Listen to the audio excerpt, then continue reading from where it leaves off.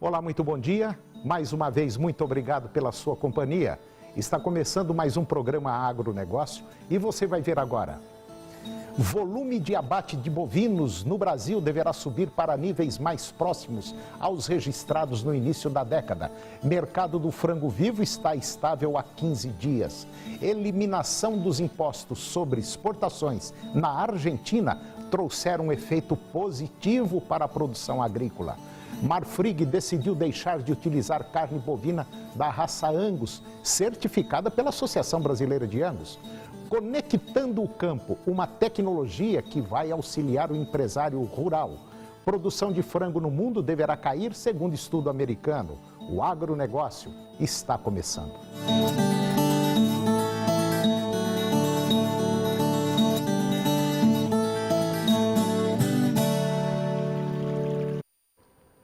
Um levantamento da consultoria AgroConsult aponta que o volume de abates de bovinos no Brasil deverá subir para níveis mais próximos aos registrados no início da década e bater na casa de 40 milhões de cabeças neste ano, ante 36 milhões e 900 mil cabeças no ano passado. E com isso, a produção de carne bovina no país deverá subir para 10 milhões de toneladas, o equivalente carcaça, neste ano, ante 9 milhões de toneladas no ano passado, segundo dados apresentados agora em um evento da consultoria AgroConsult. O aumento ocorre em um momento em que o país se recupera de um escândalo de corrupção revelado no mês passado pela Operação Carne Fraca da Polícia Federal, envolvendo empresas e inspetores sanitários e que levou importantes mercados a suspenderem temporariamente as importações de carne do Brasil. O abate aumenta, pois há uma oferta maior de animais prontos para a finalização. Agora, o que vai acontecer neste momento, não há nada que o produtor possa fazer. Já está basicamente tudo feito. O preço do boi gordo deve cair entre 7% e 10% este ano. Um equilíbrio de oferta e demanda só deve ocorrer a partir do final de 2018, início de 2019, segundo estimativas da AgroConsult. O mercado do frango vivo está estável há 15 dias. A ave terminada nas granjas paulistas está cotada em média R$ 2,50 o quilo. O preço médio na parcial de abril está 7,2% menor que a média de março deste ano. Já no mercado atacadista, a maior movimentação em decorrência das antecipações em função dos feriados, os preços subiram na última semana. A carcaça está sendo negociada em média a R$ 3,60 o quilo, uma alta de 0,8% nos últimos 7 dias. Para o curto prazo, a expectativa é de que o mercado permaneça estável na granja e tenha queda no mercado atacadista. Dados da SRA, que é a Sociedade Rural Argentina, a eliminação das chamadas retenções, aqueles impostos que o governo da Cristina Kirchner fez sobre as exportações, trouxeram um efeito positivo para a produção agrícola argentina. A carga tributária menor provocou aumento da produção e não afetou a arrecadação do governo. E mesmo sem as retenções no trigo, girassol e milho, e com redução de 5 pontos percentuais para a soja, o ingresso de tributos foi compensado em 97,5%. E de acordo com o estudo argentino, isso ocorreu porque o alívio da carga de impostos estimulou os investimentos e incrementou a produtividade e também ampliou a lucratividade, resultando em aumento no imposto de renda. Essas retenções eram um desincentivo à produção e acabar com essa taxa representava um bem maior para o país. O Estado, a Argentina, não perdeu a arrecadação, pelo contrário, ao se igualar as condições do campo a outros setores da economia, simplesmente aumentou a produção, aumentou a demanda por insumos, por transporte, por maquinária agrícola e o incremento no comércio doméstico e também no exterior. E agora vamos ver como é que anda o tempo para hoje no estado de Goiás. Para a maioria dos municípios, nós teremos hoje possibilidade de pancadas de chuva, chuva pela manhã, nebulosidade variável, e para outros estados teremos aí tempo parcialmente nublado, sol entre poucas nuvens. Nós vamos conferir agora a temperatura para os principais municípios de Goiás. São Miguel do Araguaia, 34 a máxima e 22 a mínima, Minasul, 33 a máxima e 24 a mínima, Posse, 33 a máxima e 24 a mínima, Aruanã, 36 a máxima e 20 a mínima, Cabeceiras, 29 a máxima e 18 a mínima, Itaberaí, 33 a máxima e 20 a mínima, Cristalina, 26 a máxima e 17 a mínima, Mineiros, 32 a máxima e 11 graus a temperatura mínima, e Rio Verde, 30 graus a máxima e 13 graus a temperatura mínima. E depois do intervalo, você vai ver que o Marfrig decidiu deixar de utilizar carne bovina da raça Angus, certificada pela Associação Brasileira de Angus, conectando o campo, uma tecnologia que vai auxiliar o empresário rural. E a produção de frangos no mundo deverá cair, segundo o estudo americano. Nós voltamos já.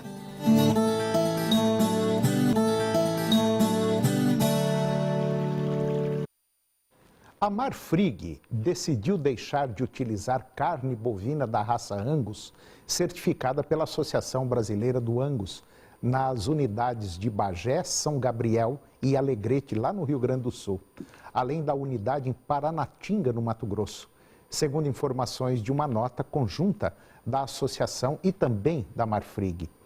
As carnes produzidas nessas unidades deixarão de contar com a certificação Angus da Associação Brasileira de Angus a partir de hoje, 1º de maio, por tempo indeterminado. A carne Angus certificada é aquela que conta com certificação por técnicos credenciados do programa Carne Angus Certificada, desenvolvido pela associação. E agora você vai conhecer uma tecnologia eletrônica desenvolvida por um empreendedor goiano que vai auxiliar o dia a dia das propriedades rurais. Confira. Pedro, o que é Conectando o Campo? Como é que funciona isso aí, eletronicamente falando? Ok. É um projeto, a gente chama de Projeto Hermes, que visa conectar o campo. Conectar de que forma? A gente vai distribuir antenas pela propriedade, a fim de que tudo esteja conectado com a sede. Cada antena precisa estar a uma distância de mais ou menos 1 quilômetro uma da outra. Então eu consigo cobrir uma grande área com baixo custo. O protocolo de conexão é seguro, então eu tenho certeza que ninguém vai estar interferindo nos meus dados ou tendo acesso a alguma informação que não deve, e serve para mim trazer a telemetria da fazenda. O que seria isso? Eu posso medir chuva, posso medir luminosidade, temperatura, nível. Passou um produtor aqui e falou assim, olha, eu consigo medir o nível de água do coxo do meu animal? Sim, você consegue fazer isso. E você pode utilizar esses dados de diversas maneiras. A gente entende que falta conectividade no campo. Tem muito sensor, tem muito equipamento sofisticado, mas eu tenho que até ir lá medir. Essa ideia surgiu em São Paulo, na Campus Party. A gente participou de um desafio promovido pela John Deere, onde nós ficamos em segundo lugar. E a gente viu que realmente tem muita coisa, mas não tem conectividade. Então a ideia é levar a conectividade da sede até qualquer parte da propriedade. Bom, aqui eu tenho uma antena que ficaria na sede da fazenda. E aqui tem alguns exemplos de antenas que estariam espalhadas pela minha fazenda, tá? Aqui seria a minha central, onde eu consigo ter todo o controle da alimentação, nível de água, sensores, temperatura. Aqui eu posso, por exemplo, medir a temperatura de um sensor que está a quilômetros de distância. Consigo controlar equipamentos, luzes, bombas, enfim, uma infinidade de questões. Eu tenho um exemplo aqui de um equipamento, então eu posso controlar os motores, as luzes, vou movimentar ele aqui para exemplificar. E aqui eu estou controlando o motor, fazendo esse carro virar, voltar, avançar, de acordo com a necessidade. Esse carrinho é uma simulação, um protótipo de como é que seria se eu tivesse, por exemplo, uma antena lá no pasto medindo as informações do boi, porque eu tenho todo o controle dela, desde a simulação de luzes, medição de temperatura, e até posso tocar um som caso seja necessário. Essas antenas que você falou, são antenas que precisam de um suporte, de um pedestal, de uma torre. Que jeito que são essas antenas? As antenas precisam, no máximo, estar visíveis, ou seja, uma altura baixo do solo, eu posso colocar ela em cima de uma cerca, eu posso alimentar ela com bateria. Elas têm um pequeno consumo de energia, cada bateria dura mais de 2 anos, então eu tenho uma manutenção nessa antena de 2 anos.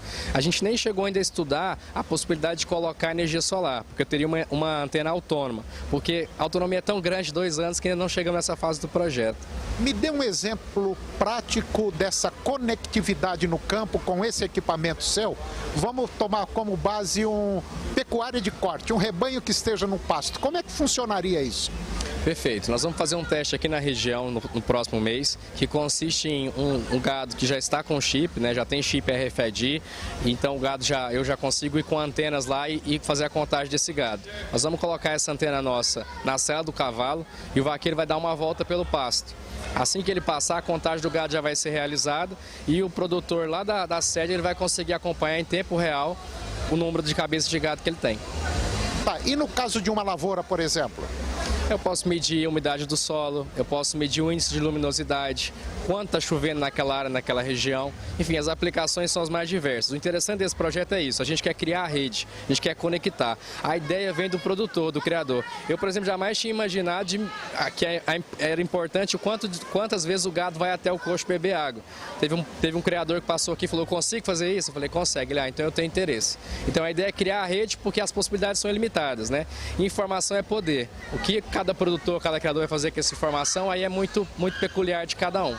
Quer dizer, eu tenho condição de saber quantas vezes o meu animal vai se alimentar no coxo, por exemplo, e se ele está comendo ou não aquele determinado produto? Exatamente. Além disso, eu posso saber meu maquinário, onde é que ele está andando, o cavalo, onde é que ele está indo na propriedade. Tem alguma área da minha propriedade que eu não estou cobrindo, ou seja, que eu não estou visitando, você consegue ter informação de praticamente tudo.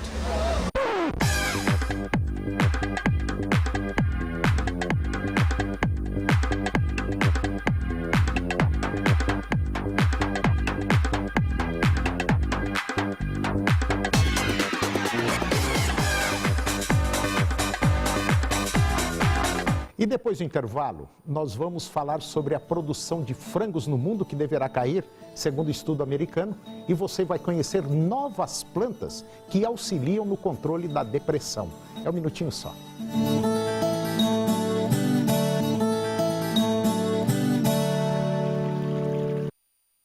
Um novo estudo sobre as tendências da produção mundial de carne de frango, agora neste ano, feito pelo Departamento de Agricultura dos Estados Unidos, mostra que as projeções que havia apresentado em outubro do ano passado reduziam um pouco mais de 1% a previsão de volume ser produzido neste ano. Para o departamento americano, o maior índice de crescimento do ano está reservado ao próprio país, ao próprio Estados Unidos, um incremento de 7,5% sobre o ano passado. De toda forma, outros 8 integrantes do ranking dos 10 maiores produtores de frango devem aumentar a sua produção em índices que variam de 0,8% no caso da Rússia até 7% no caso da Índia. E o Brasil ficou no meio, com expansão prevista de 4%. Resumindo, nesse rol, apenas um país tende a reduzir e significativamente a sua produção, que é a China. Mas aqui, o que mais surpreende é constatar que a segunda produtora mundial de frango até o ano de 2015, no ano passado a China caiu para a terceira posição. Apesar de todas as vicissitudes enfrentadas, o Brasil tornou-se o segundo maior produtor mundial e neste ano corre o risco de cair para a quarta posição. Ou seja, a produção de carne de frango chinesa pode ficar aquém, não apenas dos Estados Unidos e Brasil, mas também da União Europeia. E agora eu vou conversar com a doutora Amara Rúbia Ferreira de Freitas. A doutora Amara é farmacêutica, é bioquímica, lá do Hospital de Medicina Alternativa e proprietária da Naturofarma. E nós vamos falar mais uma vez sobre uma doença silenciosa, uma doença perigosíssima, que é a depressão. Doutora Amara, boa tarde. Bom dia, desculpa. Bom dia a todos. Tudo bem com a senhora? Tudo bem, e você? Ah, tá ótimo. Doutora Amara, no programa passado nós falamos sobre depressão. E ficou algumas coisinhas para trás importantíssimas. E é uma doença silenciosa que causa um problema sério não só para o paciente, para quem está com problema, mas como para quem está à sua volta. Né? Para a família é realmente bem complicado, que muitas vezes eles, às vezes, não entendem o que a pessoa está passando, né, a situação que ela está passando. E a gente está sempre vendo alguns casos de amigos, de pessoas conhecidas. Essa semana mesmo eu tive um caso de uma moça de 23 anos com uma depressão muito forte, que estava sendo tratada, mas que por um problema, assim, às vezes, corriqueiro do dia a dia, a pessoa às vezes não suporta, às vezes, as pressões e às vezes pensa em até tirar sua própria vida. Então, são situações realmente delicadas, né? Então, a depressão precisa de tratamento, precisa de acompanhamento, e precisa de muita compreensão da família, das pessoas por volta, né? Para estar ajudando essa pessoa. Porque o que a gente observa é o seguinte, é só você prestar atenção no comportamento.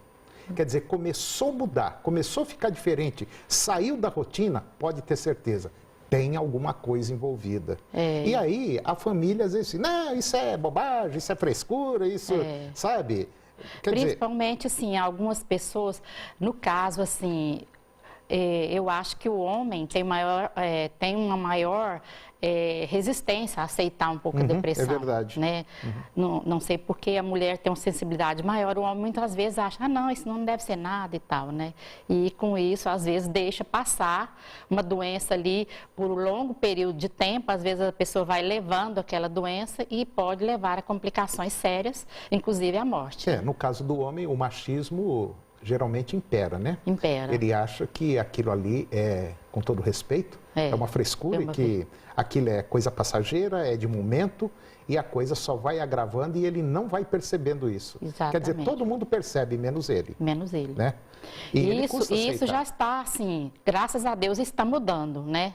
Esses pensamentos, assim, mas ainda existe muito esse pensamento de achar que a depressão é uma doença, aliás, que nem é uma doença, é um estado que está passageiro, que vai passar. Doutora Mara, vamos para o intervalo comercial e depois a gente volta para falar sobre as plantas, outras plantas que servem para dar uma amenizada na depressão. Okay. É um minutinho só, a gente volta já.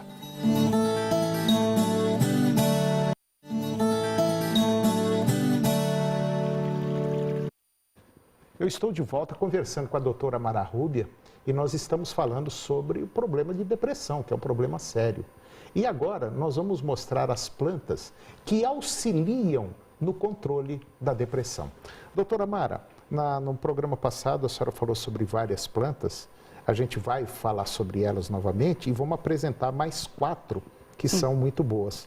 Vamos começar pela Hipericum perfurato, né? Hipericum perfurato e o mulungo. Né? Essas duas plantas, até a gente já falou delas, mas são plantas muito importantes. Melhora aquela questão dos neurotransmissores, principalmente a questão da serotonina, que é um dos grandes problemas da pessoa depressiva, né? Que o cérebro não consegue produzir uma quantidade suficiente de serotonina. Então, tanto o hipérico como o mulungo são plantas que vai ajudar bastante nesses casos. Cava-cava e passiflora. Todas as duas são plantas ansiolíticas, né? São plantas que diminuem a ansiedade. Porque no caso do depressivo, normalmente existe uma ansiedade associada, uma sociedade muito grande, né? Camomila e erva cidreira. Todas duas também. A erva cidreira, que nós chamamos aí, que até mostrando a Melissa officinalis e a camomila, estão muito boas também, como ansiolíticas também. E melhora o estado geral da pessoa, né? Alecrim e as vitaminas. E as vitaminas. O alecrim é muito importante, né? É uma planta tônica que vai ajudar a levantar a questão da pessoa sentir a energia baixa. Então, vai melhorar essa energia. As vitaminas, o ômega 3, a vitamina D, a homeopatia, a acupuntura, a meditação e yoga, todas são técnicas, né? Junto com a psicoterapia também. São técnicas que vai colaborar para essa pessoa. Claro que cada um é né? Então, verificar qual que é a melhor forma de tratar cada paciente, melhor, né? Muitas vezes ele pode associar várias dessas técnicas para estar ajudando. Aí a senhora trouxe hoje a catuaba e o lúpulo. A catuaba, inclusive, é uma planta do cerrado, que além dela ter uma ação afrodisíaca, tônica, ela tem estudos comprovando que ela age na questão da depressão. Então, é uma planta bem estudada já e confirmada essa ação. Então, nós estamos aí com o nosso cerrado, né? Então, uma planta que pode ser utilizada.